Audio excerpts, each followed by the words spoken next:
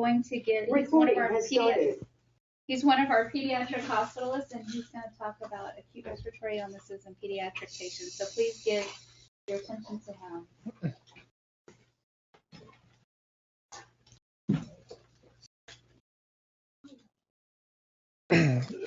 All right, thank you guys for your attention. My name's Hilal. I'm originally from Boston, went to residency in Baltimore, and here I am in Palm Springs, and I'm having a blast. I have a 4-month-old, so I'm nice and sleep deprived. But it's great. And being a pediatrician does not help you raise a child. Trust me. Charles will figure it out. All right, so common pediatric respiratory infections, but this lecture is going to be a little bit different in that I'm going to go into the pathophysiology of the illnesses, and then you guys are going to derive the symptoms, and from that derivation of the symptoms, you should be able to derive the treatment, because the treatment should be attacking the pathophysiology. So my goal today is to undertake an exercise where you will learn about the pathophysiology first and then derive. The key word is derivation. I don't like memorization. I know I chose the wrong field, but I don't like memorization. And then from that, derive the symptoms, derive the treatments, and then I want you to have a tool to where you can think about things and realize that the symptoms and the pathophysiology are sort of, they can translate to each other. So let's just start with table of contents. We're going to talk about VQ mismatch, and then we're going to go into pathophysiologic basis of respiratory symptoms, and then some of the more common things we see, and then we're going to have some fun doing derivation of things that I didn't talk about and see how you guys do, or see how we all do. So important concept in VQ mismatch, ventilation. Can you get the air to the gas exchange locations, which are your alveolar sacs, and do you get the blood there in time? Or do you get enough blood there? If you have too much VQ mismatch, you will have hypoxia. There are other causes of hypoxia, like carbon monoxide can cause things like this, but we're just talking about the common respiratory ones. So here's a graph here. If you look at the middle, just the pointer doesn't show up. But if you look at the middle portion of the graph, normal air with a 21% pressure of the 70-60 torr gives you 150 partial pressure of the O2, gets into the lungs, oxygenates the area, equilibrates here, and you get oxygenated. You go here, you have a pulmonary embolism, you can oxygenate all you want, you're not going anywhere.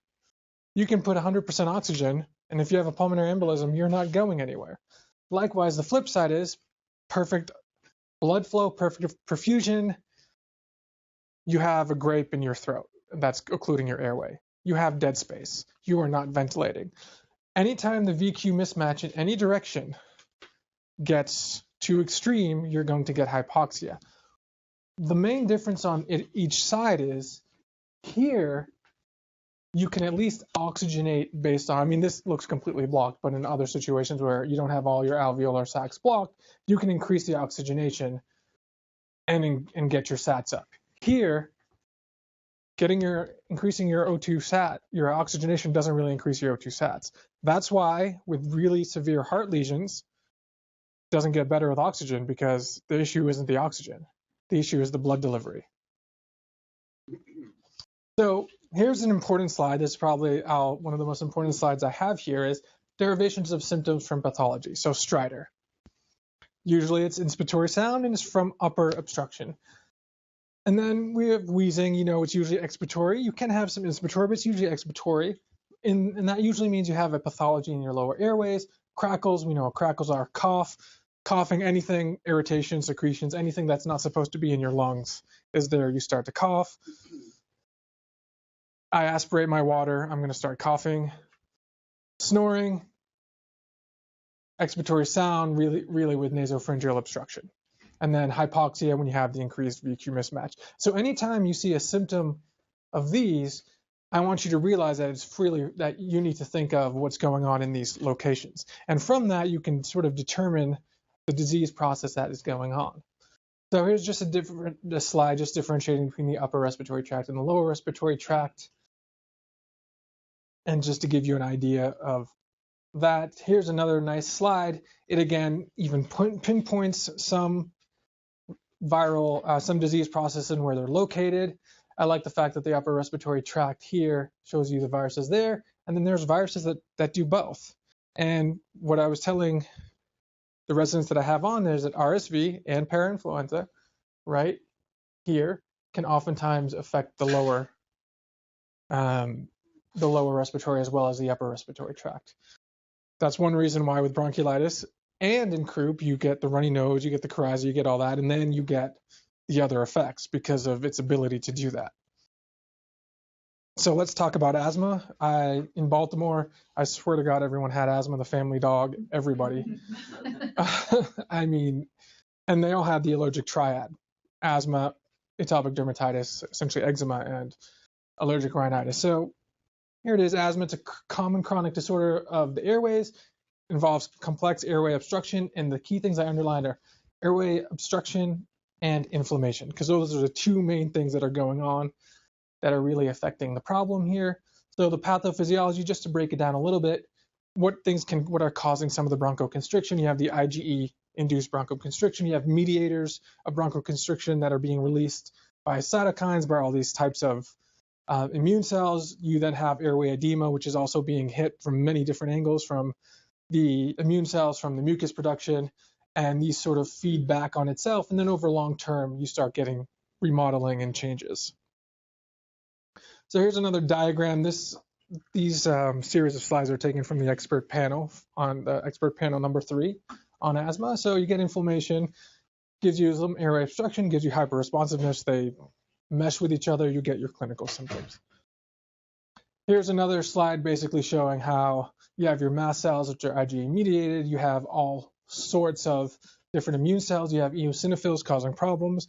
A lot of times you'll see with patients that are really bad asthmatics and you get their labs for whatever reason, they will have a high eosinophilia.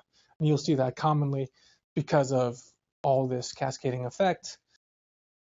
But then again, the reason I'm telling you this is because the treatment we have for asthma, it's really hitting these places. It's hitting all those.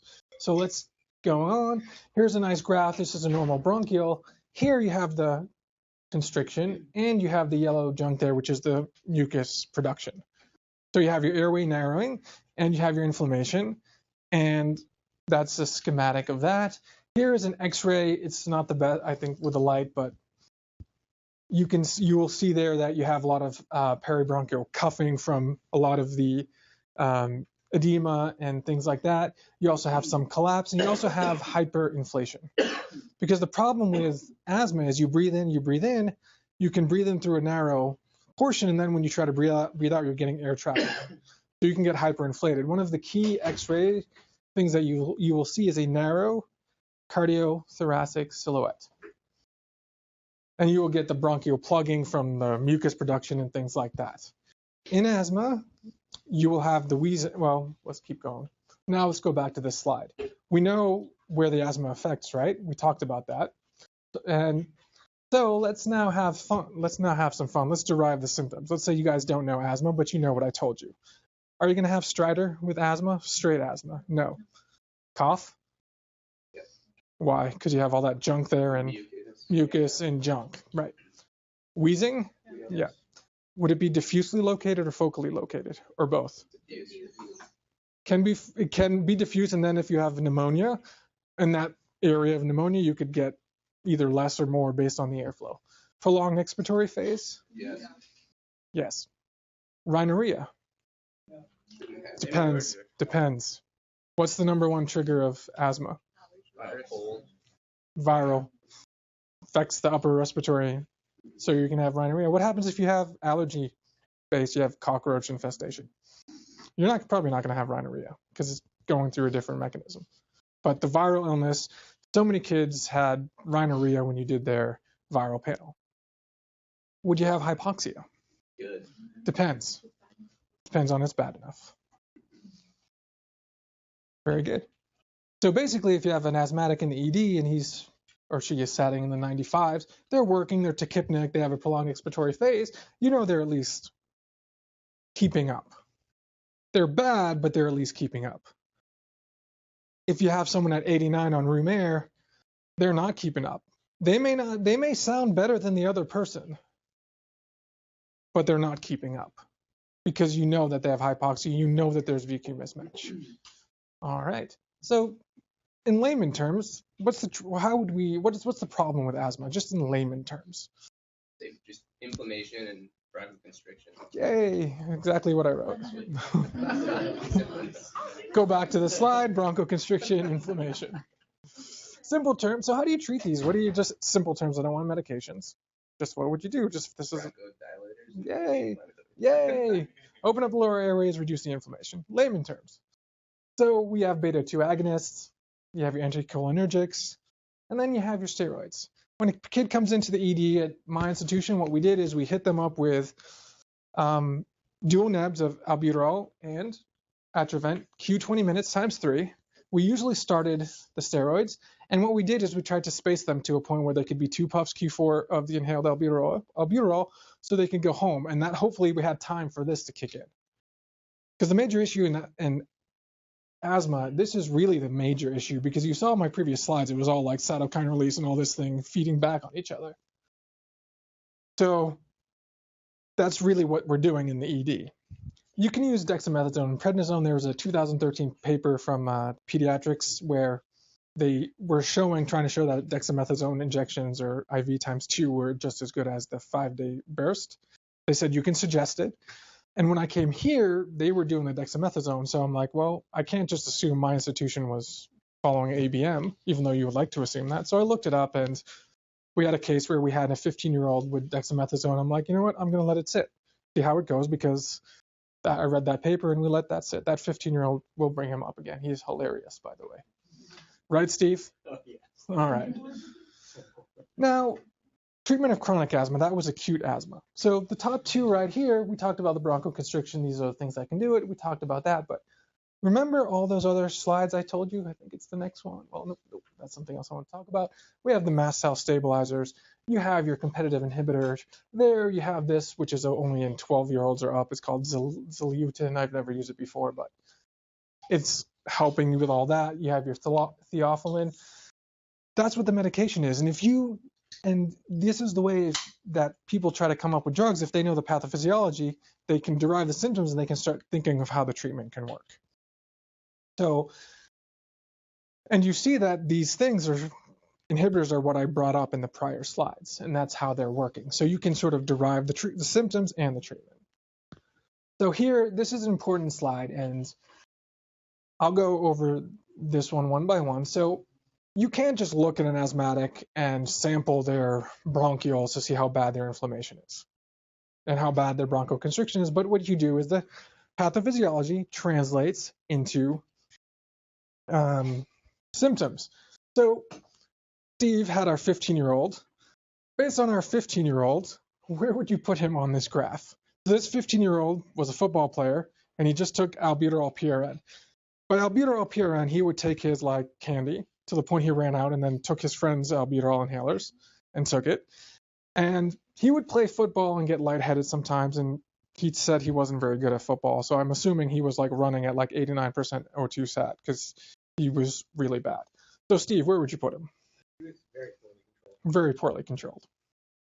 So what does that tells me that his PRN albuterol is not catching it. That tells me that his baseline level of inflammation in his lungs probably needs some anti-inflammatories, or probably needs some steroids. So you come here, so right here we said consider a short course of systemic steroids, step up 1 or 2 steps.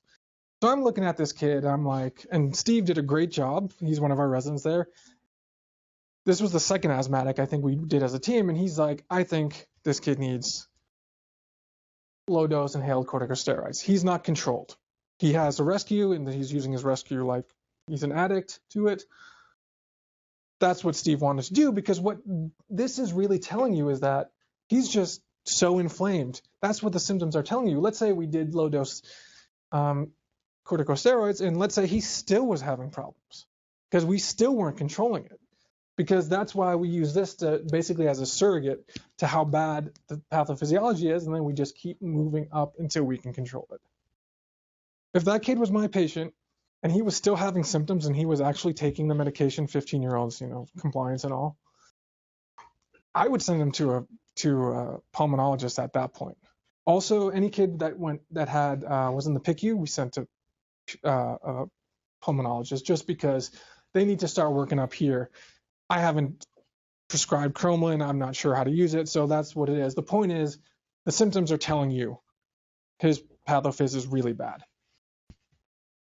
So just to put this slide again, all that stuff is really bad. Some people can be controlled on PRN. Some people grow out of it. He's 15, strong family history. He's probably not been well controlled. He's probably had a bunch of remodeling too. That's where we were with that kid. All right, any questions? Anyone want some chocolate? One question I was just wondering, yeah, because I saw you mentioned you could do the short course of You answered some questions. Yeah, you do the short course of the oral corticosteroids for poorly controlled. Do you find that, well, A, how often do you do that, and B, if you do that, do you find that short course, once you stop it? You mean the steroid burst? The steroid burst, basically. Do you find that there's a sustained benefit for that? Or do you find that, yeah? So the steroid burst is, their asthma is tracking along here. They have a viral illness. Their weather changes, allergies. Their illness gets worse. You kind of shut it down back to normal, back to their baseline, whatever that baseline may be. And if you go back to here, you can be well controlled and you can still have 0 to 1 like exacerbations requiring corticosteroids. Mm-hmm. So it should bring them down and it should get back to normal. Right, but the thing is you have to look at it as a continuum. Yeah. So if this is the normal, gets a spike from whatever, you bring it down with the steroid burst. Is this level that's normal well enough to keep him here? Or 6 months later he's going to be there? Yeah.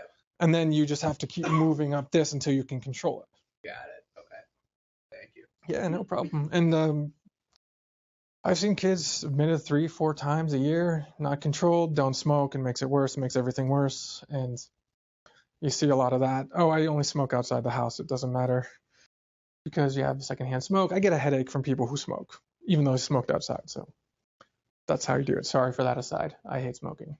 Would you send them for allergy testing?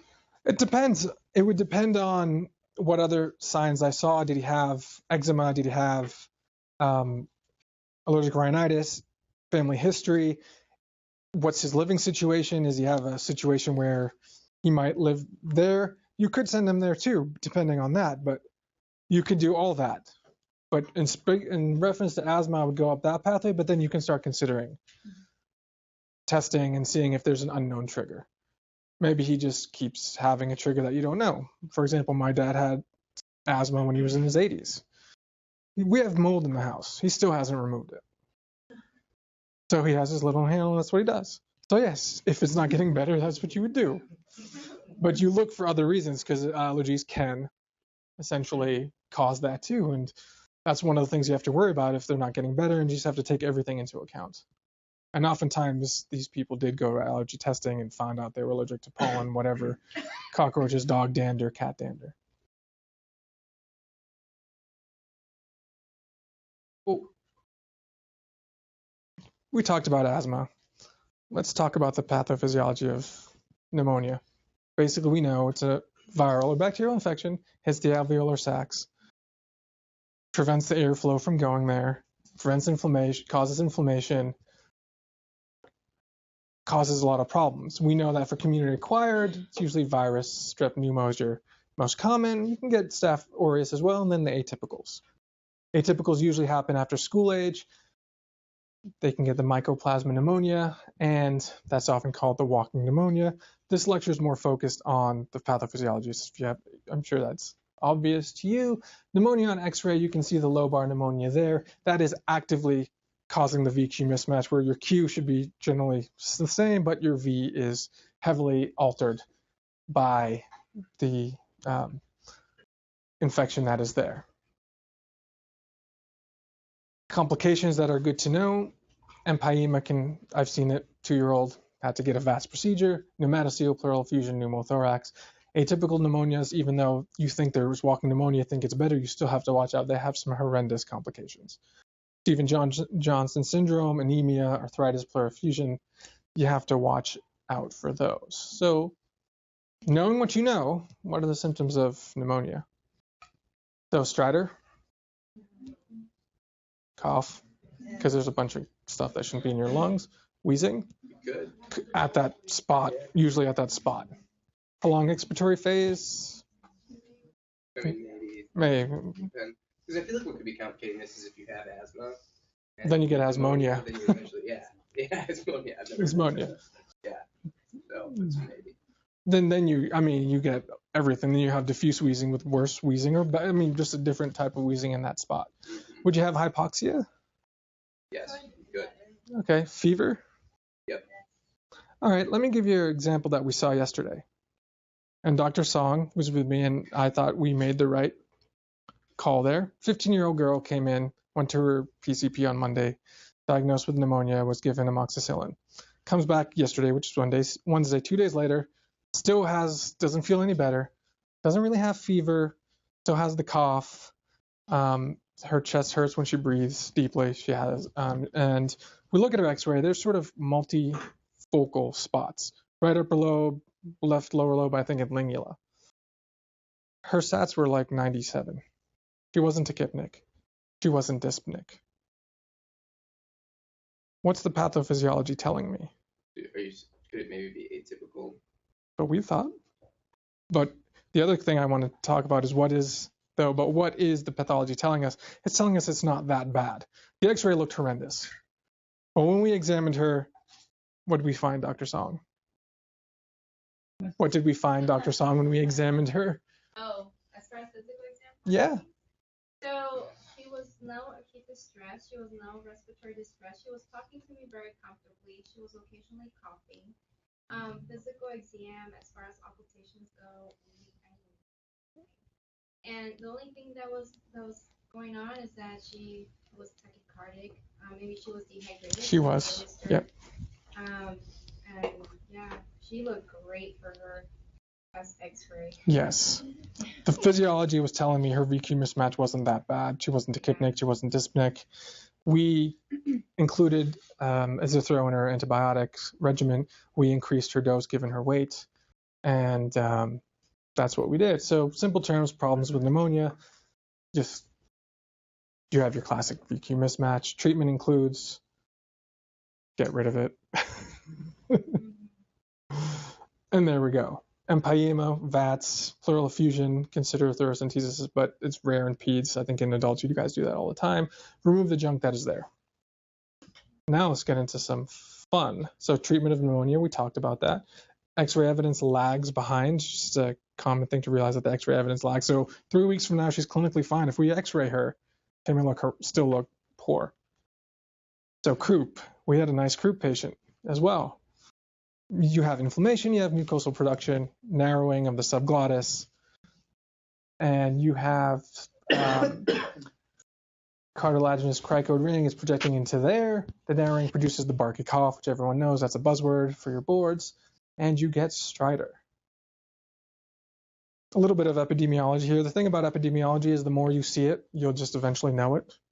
But usually 6 months to 36 months. Parainfluenza is the most common cause, buzzword. Slight male to female ratio, and it's 1,000 times more common than epiglottitis. This sounds random because it's not random because they checked for epiglottitis on our patient, and I did not think that should have been done, and we'll talk about that. So pathophysiology, you have the steeple sign right there. That's what a steeple is on a cathedral or church. Normal airway, really thin airway. Fun part. Who wants to derive the symptoms and who wants some chocolate? Seriously. Steve. You can have with the edema of the epiglottis, then you can have stridor. I'm more the subglottic area, but yeah, you would have stridor, yeah. Presumably you'd have cough from the irritation. Yeah, and the barky, you'd have the classic barky cough. It's parainfluenza is one of the ones that can cause both upper and lower, so you can have wheezing. We saw a little bit of wheezing in that 2-year-old yesterday. Okay. And if it's causing lower inflammation, then you can have prolonged expectorant. But very rarely, but yeah. I don't think that kid had too much of a prolonged, just slightly. All right. And, you have rhinorrhea, since it can cause upper respiratory symptoms, and I think hypoxia would be rare unless it's bad. Yeah, pretty much. Unless it's too bad. Unless it's so narrow, the resistance is so high, you can't move air. So going back to the slide, I put the arrows at the parainfluenza where you said correctly that it was both upper and lower. Simple terms, what's the problem with croup? So it's supportive, I think. Viral. You won't treat it with an antibiotic, but what's the problem? Yeah. What's the problem though? You're getting narrowing of the upper airways. Right. That's the problem. You get narrowing. How would you treat it? So now you know that you're narrowing. How do you treat it? And you know it's a virus. So, I mean, it probably could have you can have some bacteria that can cause that, but you know it's a virus. So how do you treat it? What are our tools? Is this where you do the inhaled racemic epinephrine? What do you guys think, Kenneth? That's right. What else? A dose of dexamethasone. Open up the airway. That's what we do. Racemic epinephrine and dexamethasone. That was Kenneth's patient that hopefully we are discharging this afternoon.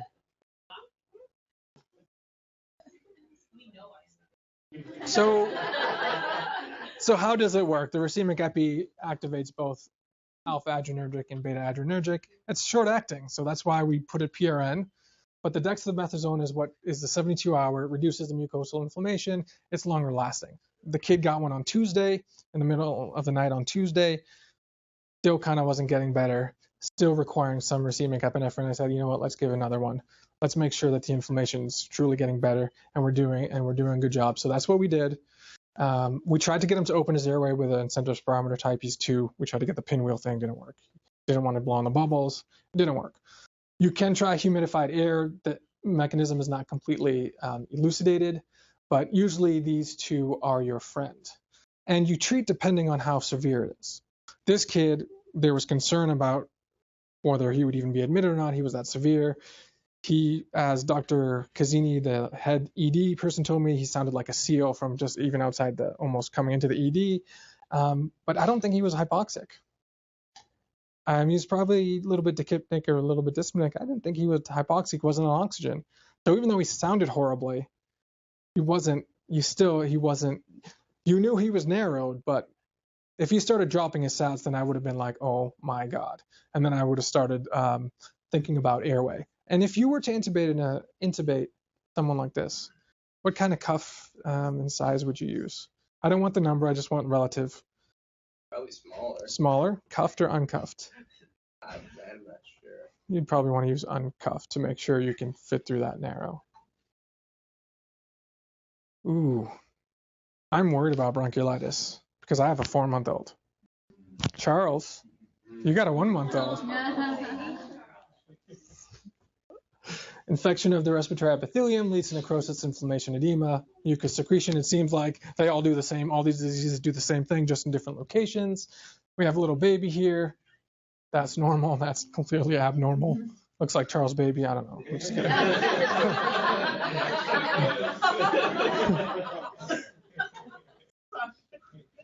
So this is the most recent AAP guidelines. They have this nice graph.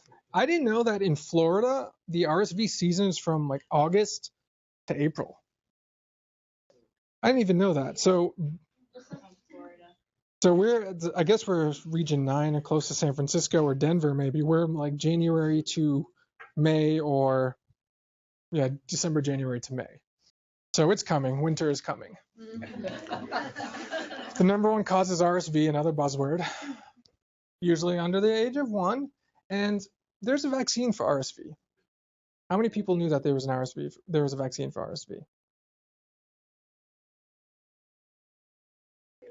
It is super expensive. Therefore, it is only used in those infants that are most at risk for getting destroyed by it, which would be our premature infants. So the NICU is all about synergists. Infants who are normal term but have cardiopulmonary disease may have some immunocompromised features, may have some anatomical features like Pierre-Robin sequence or I'm forgetting the one I was thinking of, but Klippel-Feil syndrome where they have problems with their airways. They may be eligible for that. All right, the fun part. Who wants to dive into this one? Seriously, no one wants chocolate. All right, fine. You're competing with facial masks medicine. That's what Jim gave out. Oh, I know. I am going. $15 notebook. You know what? Let's. Charles, you're up because you have a 1-month-old. Right. Is the bronchioles? Man. No. Shouldn't. Should not. Should not. Okay. Cough, yes. Yeah. Wheezing, yes. Prolonged expiratory phase, yes. Rhinorrhea, no. Hypoxia. Rhinorrhea, yes. Because remember, it has the RSV has upper and lower, so it usually starts with a prodrome. Yeah, that's right. Yeah. Hopefully, as long as it's not bad enough. Yeah, okay. So if my kid gets a cold and during my next month, I'm like going to be, okay, please don't sound like a bronchiolitic.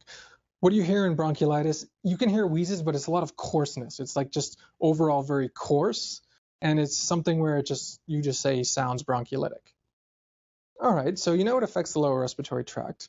You know it can cause some wheezing, prolonged expiratory phase. What's the problem? I'll just say inflammation and mucus production there. So do we open the lower airways and reduce the mucus production? No, I should have put that butt weight there. So it seems like albuterol would help, right? Seems like it would. C-MAC epi may help. Corticosteroids may help. But 2014 guidelines said nothing helps. I think it's just supportive. Supportive. They basically said give the kid a hug. So just to say a little bit here, clinicians should not administer albuterol to infants. Clinicians should not administer epinephrine. Nebulized hypertonic saline should not be administered in the ED, but it can be administered in the hospital floor.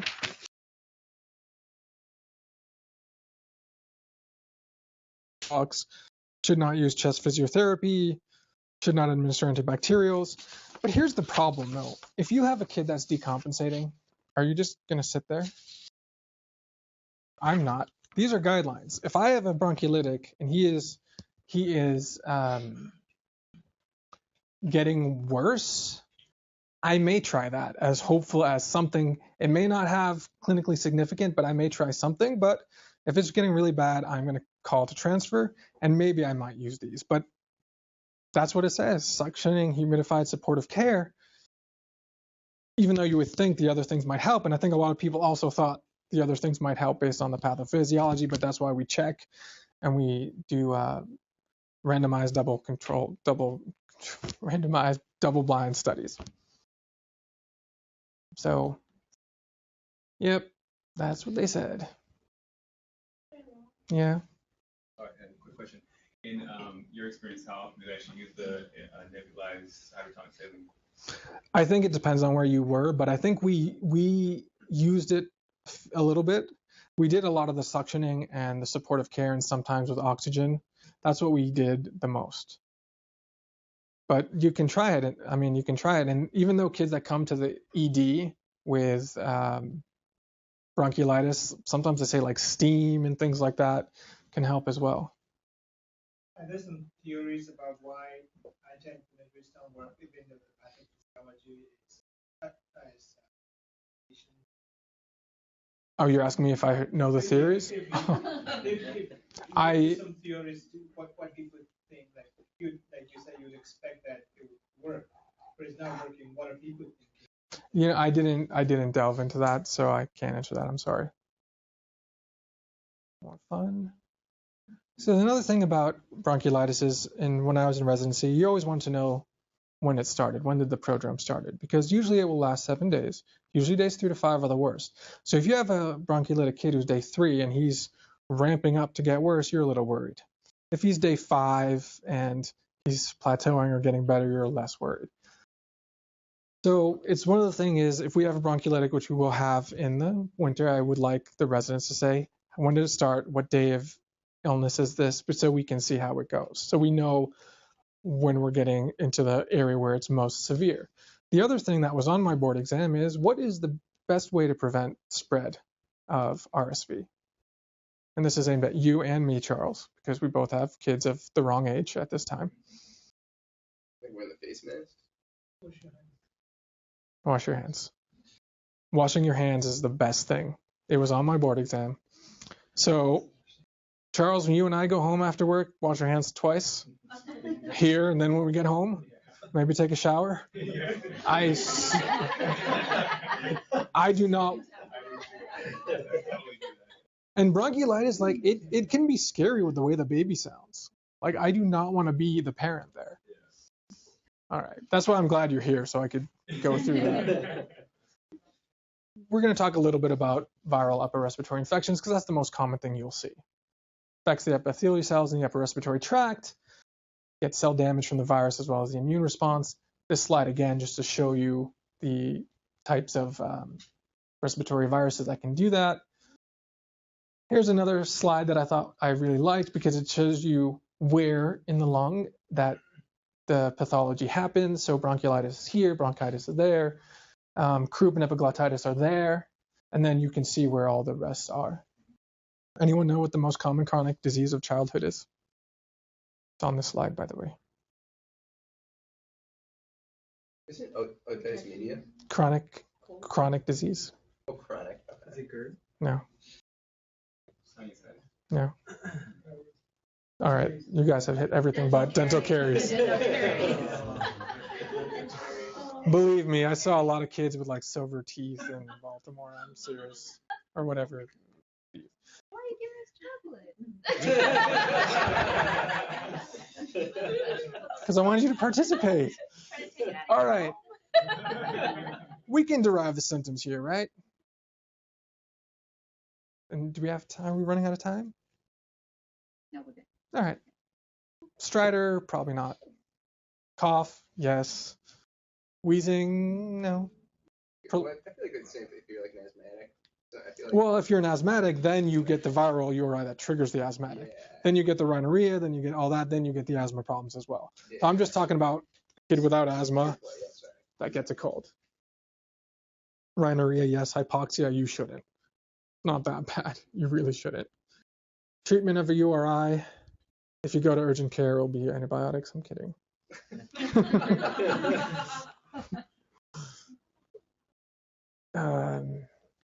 Time and supportive care.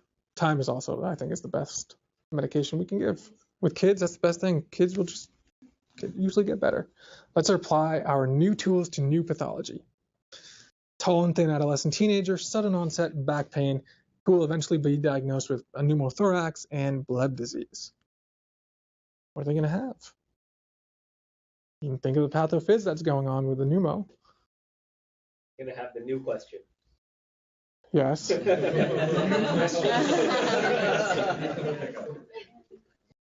going to have no stridor. No cough.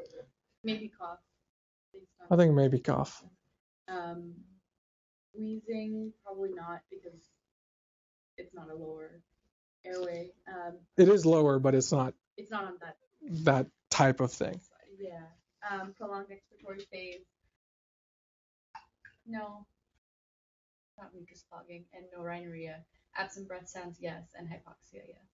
Depending on how bad it is and how big it is. All right, more fun. 3-year-old boy, sudden onset of urticaria, angioedema, respiratory distress after Hymenoptera is just a fancy word for bees and wasps, and diagnosed with anaphylaxis. So like full anaphylaxis. What do you think? Possible. I don't think cough. Maybe-ish. Yes, wheezing. Everything upper and lower is being obstructed now. Right, so prolonged respiratory phase, rhinorrhea? No. Absent breath sounds? No. Shouldn't be. Hypoxia? Don't wait too long till it gets there. So what do you treat it with? And why does what you treat it with make sense with what's going on? That's epinephrine. And what's the epinephrine's role? There's both alpha and beta antinergic agonist activity, and that leads to the bronchodilation. Right. But it also leads to, well, I guess in this case, basically to help it, you also get some arterial or dilation as well. Which in this, you're not going to, I guess, that doesn't matter. I mean, the epinephrine is going to open the airway. Yeah. What else did, Sorry. constriction. Materials. What else do you give in anaphylaxis and why? We know epinephrine. Epinephrine's the first, but there's other things. You come to the ED, kid has anaphylaxis. You're not just given epinephrine. You can give oxygen, steroids, Benadryl. Why Benadryl? Because they're like itching all over. That, and it's also mast cell antihistamine. Okay, and the steroids will just shut your basically heightened inflammatory or heightened response. Yeah, so that's why you will do all that. So my goal here is not to be like, this is what you do in these situations. Here's a pathophysiology figured out. And now you have tools. 3-year-old unvaccinated boy, fever, muffled voice, tripod positioning, drooling, inspiratory stridor, eventually diagnosed with epiglottitis. So I wanted to talk about this because that 2-year-old on Tuesday, they got a lateral neck. And I can understand why they got it, but I want to make a point here. So first, just to get, buzzwords out of the way, usually HIB, that's why I said unvaccinated, patients 2 to 7, high fever, toxic appearance, thumb sign. There was no thumb sign on that patient, but that's your thumb sign, that's your epiglottis. Here's a picture in a laryngoscope. That looks horrendous. So the patient that on Tuesday that had croup, they got that. Did this patient have, so the patient had stridor, the patient had cough, patient really didn't have wheezing, patient had rhinorrhea, the patient wasn't drooling, the patient wasn't hypoxic, the patient wasn't tripoding, the patient didn't have a muffled voice. The patient was vaccinated. The previous slide said it's 1,000 times more likely to be croup than epiglottitis. I just think I don't want people to say, oh, he has having inspiratory stridor, that's a symptom of epiglottitis, I'm going to check for it. Because if you do that, you're going to check for 1,000 things on any case that's not as straightforward. So, and I've seen this happen where a baby vomits, oh, let's check for pyloric stenosis. You got to look at all the other symptoms and see if what you think is going on is matching, if the symptoms are matching the pathophysiology that you think is going on. If you think this is a epiglottitis, you shouldn't have, because the symptoms don't match. It doesn't match with the epiglottitis getting thick. The kid didn't have a muffled voice. I mean, he's 2, he's not really talking. It's not the right age group either. He's not tripoding. He's tripoding to put his neck in a more anatomical, easy position to breathe. And I just don't like it when you see one symptom and then, or 1 or 2 symptoms, you take like a corner of the constellation of symptoms and start checking for things. We need to check for everything. If you need to take everything into account. So that's why I was a little bit not happy with that. I guess they were getting an X-ray already, so they just probably added it. 18-month-old boy aspirates a gummy bear, which gets partially lodged in the upper portion of the trachea.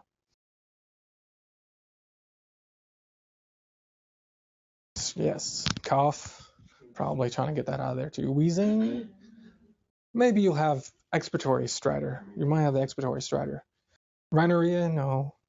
Drooling, depends on if there's anything in the esophagus or if it's really big and pushing on that, but really no. Hypoxia, sure as hell hope not. 22-month-old boy aspirates Boston clam chowder into the right lung. I'm from Boston, sorry.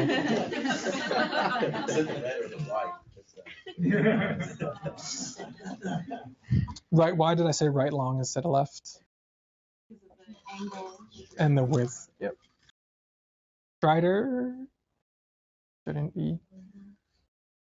So let's say the kid eventually gets aspiration. Cough, oh yes. Wheezing, maybe on that side. Prolonged expiratory phase, maybe on that side. Rhinorrhea, no. Drooling, no. Hypoxia, you hope not. So now let's talk about something different, not respiratory, but close. 2-year-old girl with vascular ring encircling the esophagus. So it's close to the trachea, but it's encircling the esophagus. So think about the pathophys and think about what symptoms you would expect in a classic situation. I think you can see some stridor. I mean, if it depends, but classically, I don't. You probably wouldn't. Around this area. Maybe if it irritates enough, but classically, what I'm looking for is classically you would see the drooling and the dysphagia.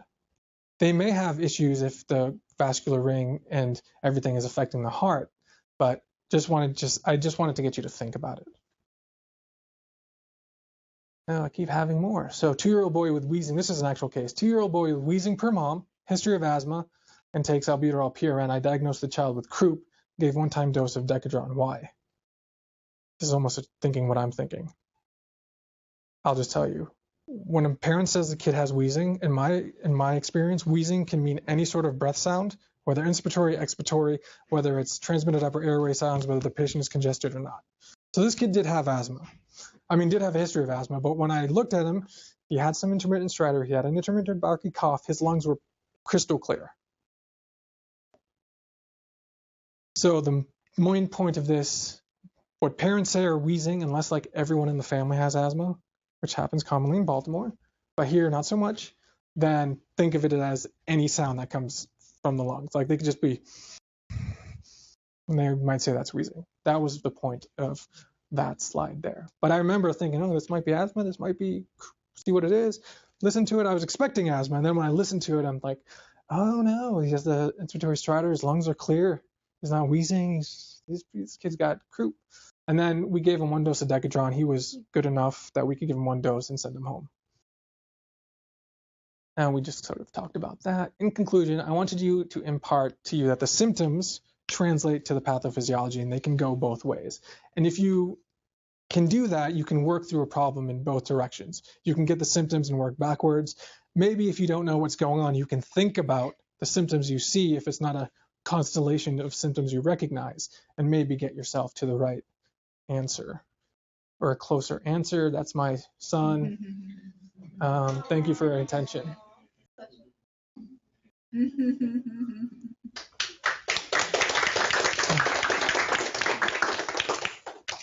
Any questions?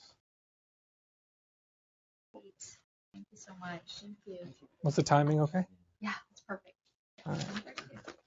All right, so that concludes our day of the interview. So hopefully you guys got lots of information, got a better idea of what we are doing out here, what our purpose, our mission is.